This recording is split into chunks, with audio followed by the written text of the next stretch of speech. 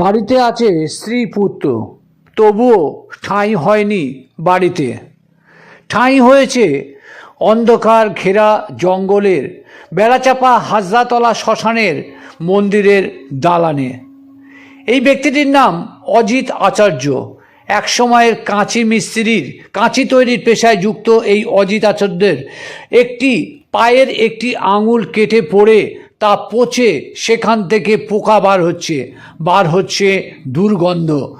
এভাবে পড়ে থাকা মানুষ এই অজিতকে তার দায়ভার বা দেখাশোনার দায়িত্ব নিয়েছে ওই হাজরাতলা মহাশ্মশানে আসা এই তরুণ যুবকেরা, যাদের মুখগুলো এখন দেখা যাচ্ছে। এরাই পাশে দাঁড়িয়েছে, যেহেতু ওই ব্যক্তির বাড়ির লোক তাকে বাড়িতে ঠাঁই দেয়নি। কিন্তু এভাবে কতদিন চলবে এই ভদ্রলোকের? কে দেবে এর চিকিৎসা ব্যবস্থা? নাকি এভাবে এই কালী মন্দিরের দালানে পচে গলে মরে যাবে? তাই এই ব্যক্তির পাশে আসার জন্য আবেদন জানিয়েছে যুবকেরা।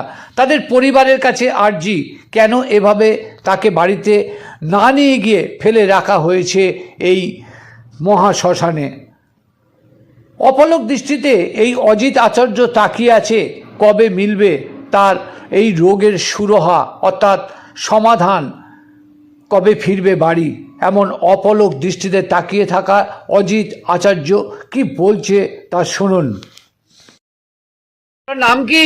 আমার নাম অজিত আচার্য। অজিত আচার্য। আচার্য, আপনি এখানে কেন? ওখানে অশান্তি বাড়ির জন্য। আপনার বাড়ির লোক আছে তো? হ্যাঁ, বাড়ির লোক তো আছে, কিন্তু সেই দেখে না। কেউ দেখে না? না। তা আপনার পায়ে তো পোকা হয়ে গেছে, হ্যাঁ। এইভাবে পড়ে আছেন কেন? আর কি হবে, বাচ্চা। আগে কি করতেন? কাজ করতাম। আর এখন? এখন কি করবো, এখন কিছু করিনি। সেই জন্য কেউ দেখে না? না। হ্যাঁ। আপনি কি চাইছেন? তারা দেখুক, এইটুকুনি জানি। কেউ দেখুক। হ্যাঁ। আপনার কে কে আছে বাড়ি?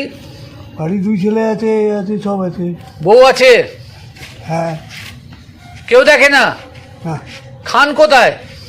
ওই রাস্তাঘাটে এলো চিনতে পাই। বেড়াচাপা হাজরাতলা মহাশ্মশানে পড়ে থাকা এই অজিত আচার্যের পাশে দাঁড়ানো যুবকেরা কি বলছে তা শুনুন।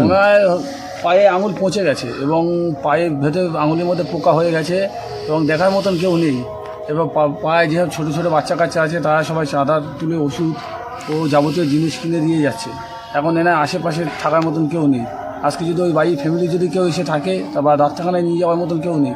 এখন কে কাজ বন্ধ করে এনাকে নিয়ে গিয়ে হসপিটালে দৌড়দৌড়ি করবে? কিন্তু পচে তো দুর্গন্ধ বেরোচ্ছে। হ্যাঁ, গন্ধ বার হচ্ছে তো। আমার তো এই দেখে আমি আপনাকে ফোন করলাম, বললাম সজলদা এসে একটু দেখো। আপনারা কি চাইছেন? আমরা চাইছি যে ওই বাড়ির ফ্যামিলি আসুক, এসে ওনাকে নিয়ে যাক, যতদিন বেঁচে থাকবে তার ছেলে পিলে বা তার আত্মীয় স্বজনের কাছে থাকুক। এইভাবে শ্মশানের মধ্যে থাকলে আমাদের নিজেই খারাপ লাগে। ওনার যে এই যে ব্যবস্থাটা করে দিন, উনি যেন সুস্থ হয়ে যাক এবং তার পরিবারের কাছে থাকুক। আপনার নাম কি? আমার নাম দীপক মাঝি।